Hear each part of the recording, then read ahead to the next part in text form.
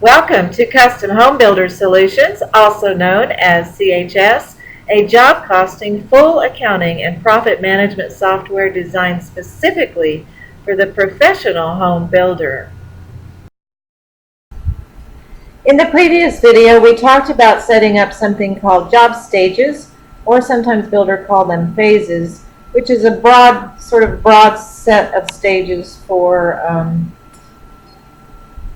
like the times when you take draws, you completed a certain stage of a job. I'm not exactly sure how I explain that. But I'm on the main menu, and in this video, I want to show where those stages are used and how important they are to go ahead and set them up and then attach them to your cost codes master setup, which we'll be getting to in some of the next videos. But you need to get those stages set up like you like before you set up your cost codes master. I'm going to drop down here. Previously I was talking about setting up job stages and then producing weekly stage reports from those, so you've already seen that. If you just do cost codes master setup, you'll see job stages and categories, and you'll be able to open that here. Also, that job weekly status is over here under job status, and if you click that, you can open it from there. I opened it from the jobs dashboard, this weekly status thing, because at the top of it you could also do job stages.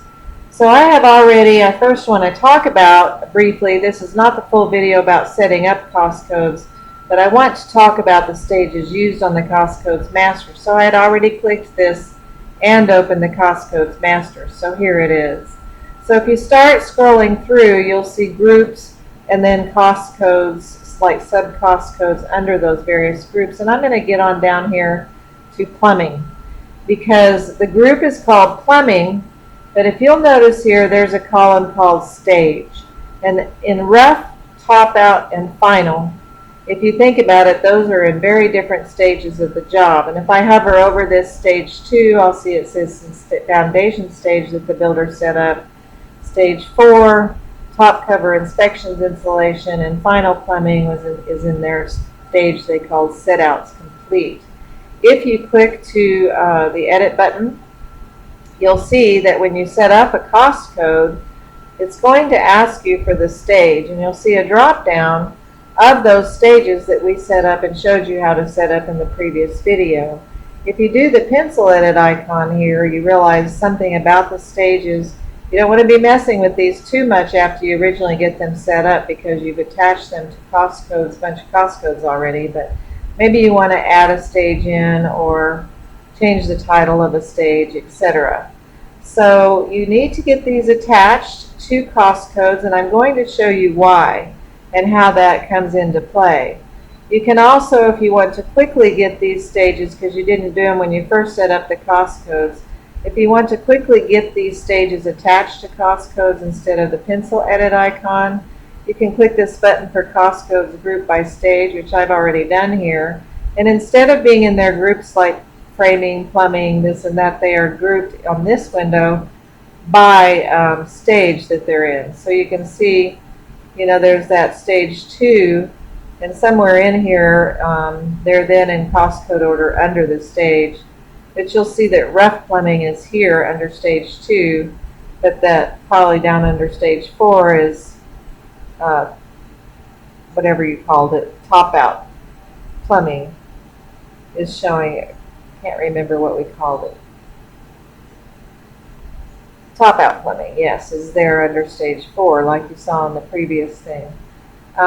This is in what's called a grid, and if you need to see all of them on one page, we have 319 cost codes, and this is set to be 350 default per page. But if you need to drop down and make more, this is a little different than other lists. And then you can quickly go through, drop down, change the stage, drop down, change the stage, and then do a button for save all.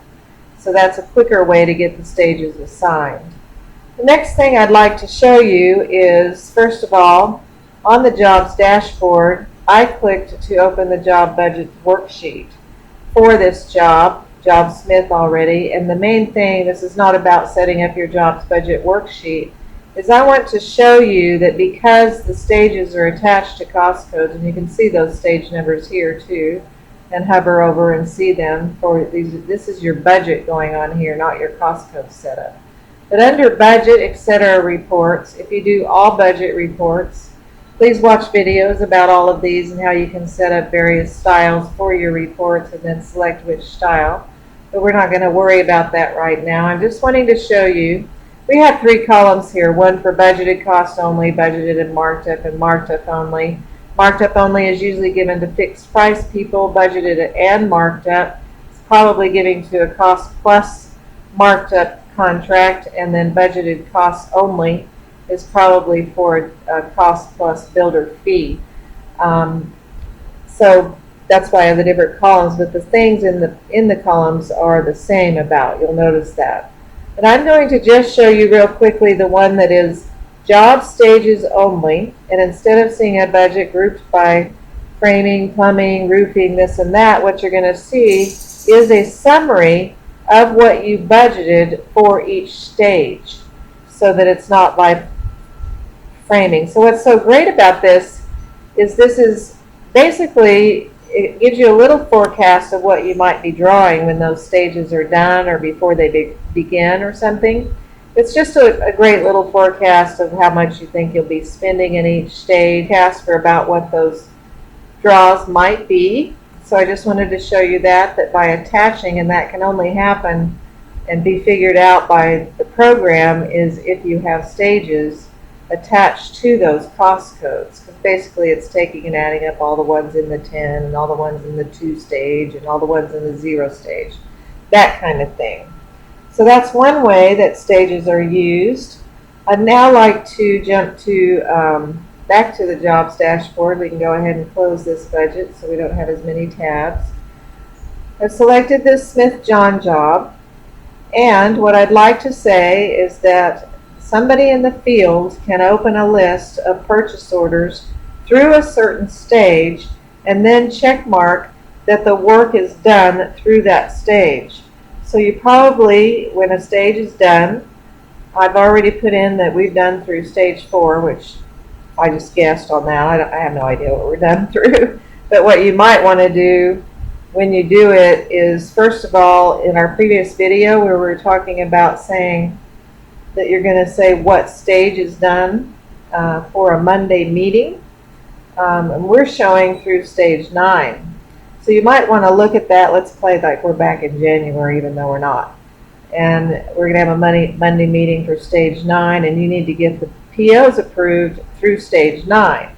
Now, because this is a video, I don't know that I've approved a bunch of them, or even for previous stages, but let's just change this thing here to a 9.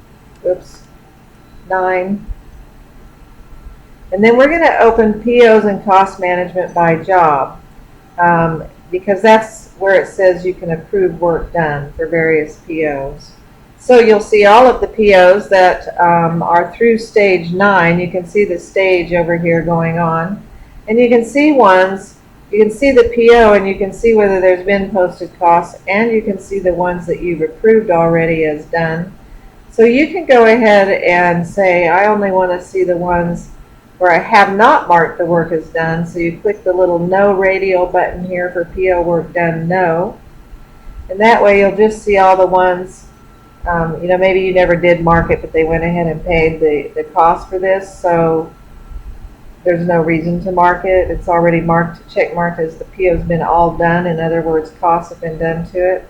But maybe you need to let the office know that it's okay for this rough grading PO to be paid, so you do a check mark on that one. And wants to know if you want to open the window to edit dates or to write notes, which right here, these are dates coming in from the schedule. We're not going to get into all that. That's in the scheduling things. But if I wanted to write some note that the person entering the bill from this could see, I would write some notes there. I'll show you one thing. I don't want to take too long on all of this.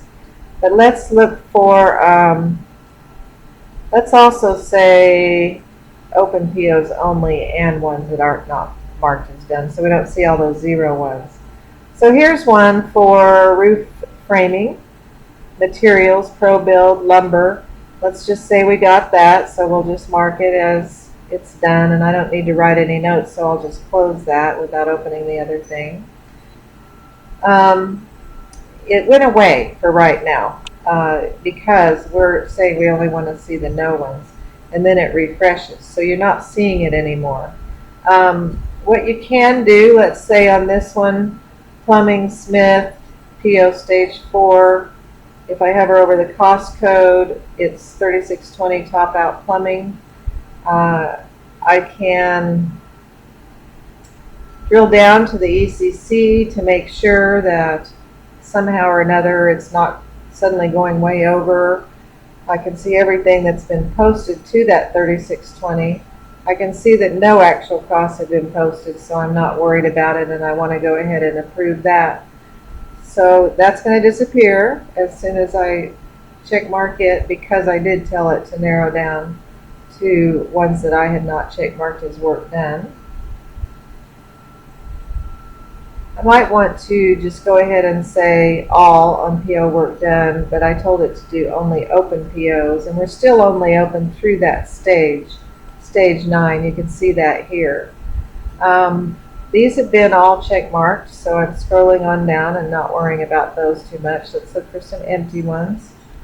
So now let's do, apparently we didn't get this first part of the plumbing paid. Now we need the second part, because 3630 is final plumbing.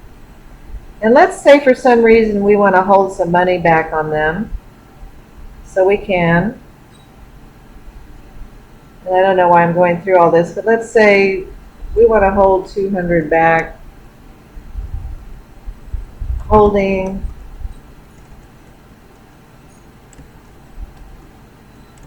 $200 because they need to clean up their mess. Whatever. I'll do save. This is supposed to be a minus. I'm talking too much. Then I'll do save. And when I close this, you're going to see that what I'm going to be approving is $38.9507, not the full amount of $409,507. So I'll approve that. Now, somebody doing posting the bills. We're now moving out of being the field manager, let's say, and we want to post bills from POs, which you can do. Several of my customers are going paperless. And they can open this very same window and say they want to, they could have looked at the weekly status, the bookkeeper said they just wanted to see things through stage 9. So they've opened it and they're looking to see only what has been checkmarked as work done. So let's say yes. Because they're going to use this hyperlink to create a bill. And let's go ahead and get that plumber paid, and that's all. So I'm going to do create bill from this one that doesn't have anything deducted. And it's telling me all about things about sales tax, etc., but I don't think we have any on this one. Don't need to read that, it's not important. We're not going to pay any attention to any of these other things. This is not really about posting bills, but notice how it came in all filled in. Plumbing Smith House, it has the cost code, the cost types we talked about. It's given the amount here for that PO. And if I want to drill down, I can, but I'm going to show you how. Let's go ahead and submit that one. And it's going to get check marked that the PO is done. So when I go back to the previous worksheet, that 3621, I'll just post this as unpaid. Pay later, because we're going to want somebody to approve it. Now that one disappeared because it got marked as PO done, and we're asking for only open POs only. So let's scroll back down. You'll see that we do have a 3610 one we should have gotten paid to, but let's just not take the time for that. I want to show you, I would come back and post that one also. This is just because this is a demo. Those would have been paid already, and we'd be here on stage 9 doing the final top out plumbing or final plumbing. But I want to create a bill showing what happens when something's been deducted from it. So the $38.95 should only be the only amount that's showing up there. All of this, doing through the stage, means that, again, that the stages need to be attached to the cost codes. And I'm basically just going on about this just to make that point of how you could select POs through a certain stage. But you can only do that because the stage only gets attached to the PO based on the cost code that the PO gets. So if all your cost codes just have a stage 0, you wouldn't be able to do things through a certain stage like I'm doing. I think I might have gotten an alert if I came in here and selected this. It would alert me that there's some notes about this, and I could drill down on the PO status and look at those notes that came from the field. Now remember, I'm being the bookkeeper, and the bookkeeper might write a comment to the field saying, I deducted, the $200 is deducted that you said to deduct. Let's go ahead and submit that one. Because I want to move on, let's post it as unpaid. And I want to do one more thing, and that's show you the field approving posted unpaid job costs for this job. And I'll just leave it wide open for the vendors, and I'm going to open the unpaid posted job costs for this job.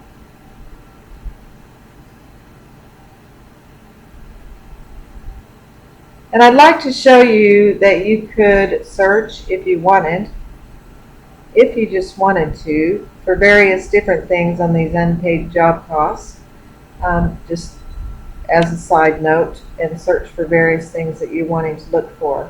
But what you'll notice here is that there's a column for OK1 and OK2, and that it's usually the field project manager or something checkmarking OK1, seeing what did get posted in payables. These are actual things that have now been posted. You'll see at United Plumbing Services. And you can drill down on the estimated cost at completion to see if it's gone over like I did on the other screen. And then you see that it says work done is yes. And this one says work done is no. And that's because there's still, if I click on that no and go, well, what's the deal with that? I can see the note about how there's $200 left as open, and that previously we were holding $200. So you can see how you can see all sorts of things, and you can say I'm happy, to check mark that one, and happy to check mark that one. This other column is usually for the big boss to come in and approve things behind the project manager, and you can search for just the ones that the project manager has approved.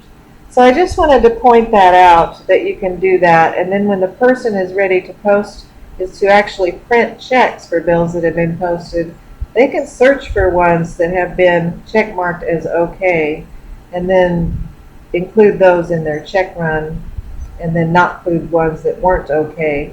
If the project manager does not want to approve it, they might use this comments button and write some notes about it.